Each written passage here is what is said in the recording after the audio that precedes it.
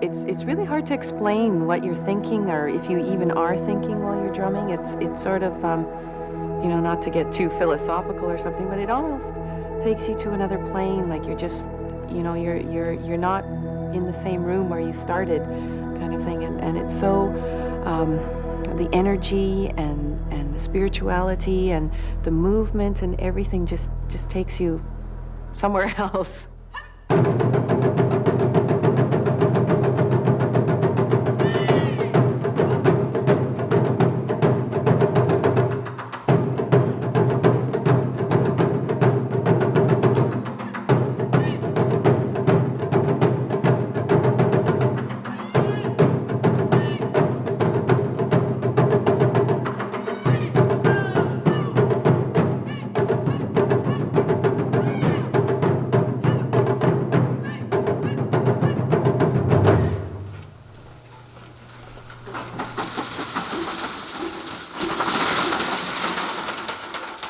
Well, the first time I saw taiko was in 1977 when Onde Koza came to Winnipeg.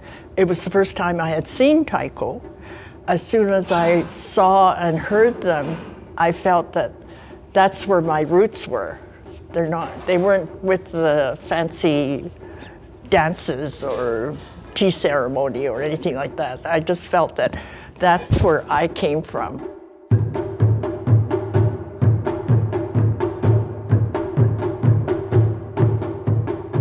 Some of us felt that maybe we should have our own group here in Winnipeg.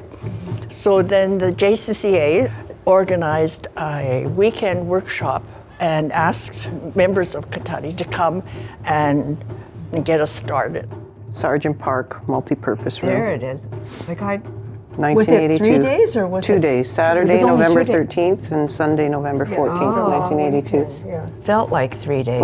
Yeah. But when you came to the workshop, you were told to come in, clothing that was suitable for, working out kind of thing.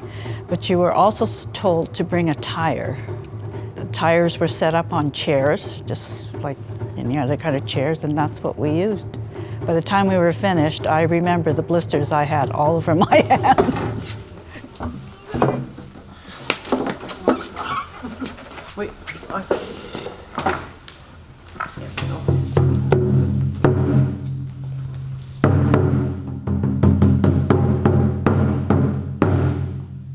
That's enough. And right from the start, though, too, it was anybody who was interested in taiko could play. You didn't have to be a member of the community, Japanese-Canadian community here. Yeah. Just anybody who wanted to play came. Yeah. These are the original members of Hinode Taiko, the ones who started it all. Yeah. We've lost a few from Lost there. a few since then, yeah. Mm-hmm. Yeah. The group that ended up wanting to do this met, and we were just playing the way we thought we were supposed to be playing. I mean, we had nobody to tell us we were right or wrong. We were just doing it.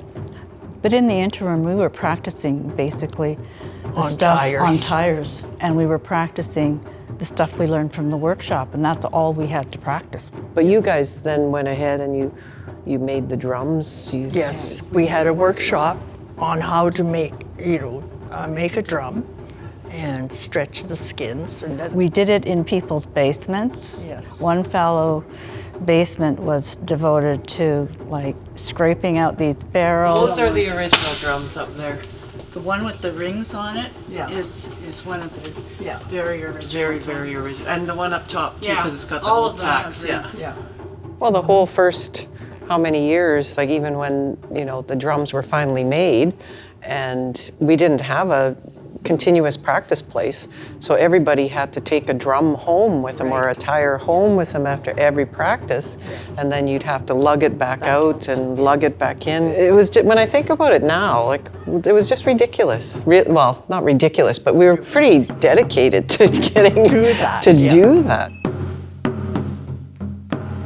Your first performance was at Concert Hall. Oh boy, we were in the lobby. We were in the lobby. We had people right in front of us, all up the stairwell, all around, right over our heads, all looking down.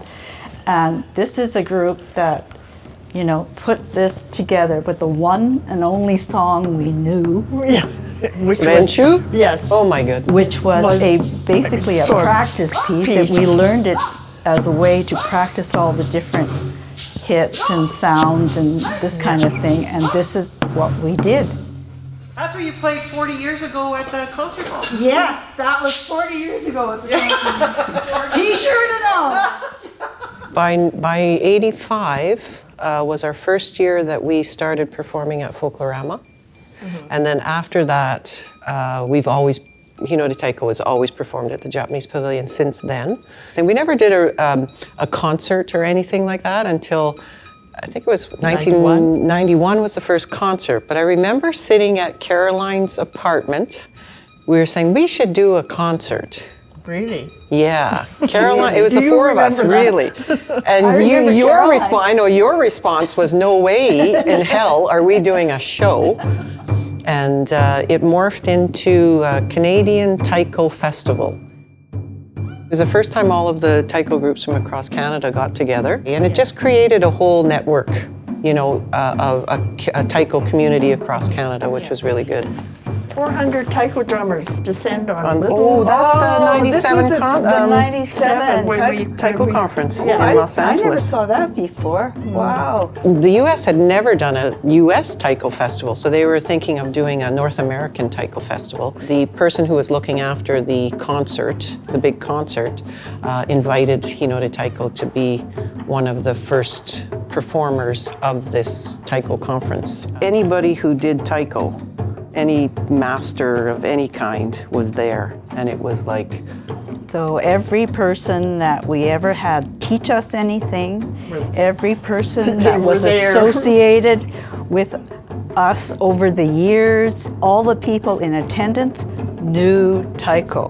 but the beauty of each of those challenges, you know, whether it was the 91 concert, 94, 97, whatever it was, like we worked hard to make sure that we were ready for those events, you know, and so as the events grew in number, but also grew in prestige, so did our practice schedule, so did our expectations of all of the performers, the hours of drum making, the hours of fitness training outside of practice, the hours of practicing the songs and dress rehearsals and costumes and all of that.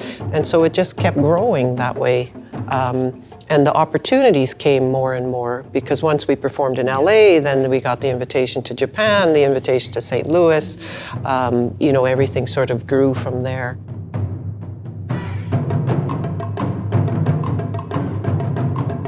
We didn't know it was going to be a signature piece, but it became a signature piece Yeah. because of the moves. That's Kyra's Yeah. choreography. You know, with when they with were, the Gumby arms. you know, Gumby arms. You would see people in the, you know, in the street, and they'd recognize it, and they'd go like this, and it's like, oh, okay. Growing up, I didn't really participate too much in team sports. So when I joined the Taiko group, I had to learn to get along with other people. I had to, you know, listen to other people. You know, it was a totally different experience for me. And these guys set the tone right from the beginning because right from the beginning, you guys would go for coffee after practice, get to know all of the members of the group. But there was one comment I remember. They could recognize that we played like, we played like a group. We played as a group, but we played more like a family.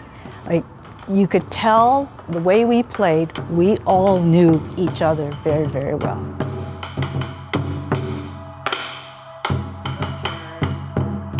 We worked hard. Florence designed and sewed all of our costumes. We had to redo our drums, reskin our drums. Every single person that was performing had an outside duty of so many other things. Right. And so every single person, it was a huge group effort year after year. That was the ultimate in teamwork, let me tell you. Ultimate in teamwork, for sure. So. And that's why we got so far, was because we were such a strong team. I mean, it was work, but if you made it fun, like that's what I found. It was fun when we were doing this. You know, we enjoyed being together doing these things. You know, it isn't a very common thing. Like, I think it's quite rare to have a group of people who stayed together. Yeah, For how many years? I find that, I find that it was sort of like the perfect storm that all these people came together. Yes, and stuck it out. So even after all these years, because we know each other so well for so long, and we work together so well that we know each other. We ate together, we traveled together, we complained to each other, we sweat together, we did everything together, and it made us better drummers because we knew each other so well outside of the stage, and that made us so much stronger. It was just a magical group of people. I think that for me, I miss that. I really do.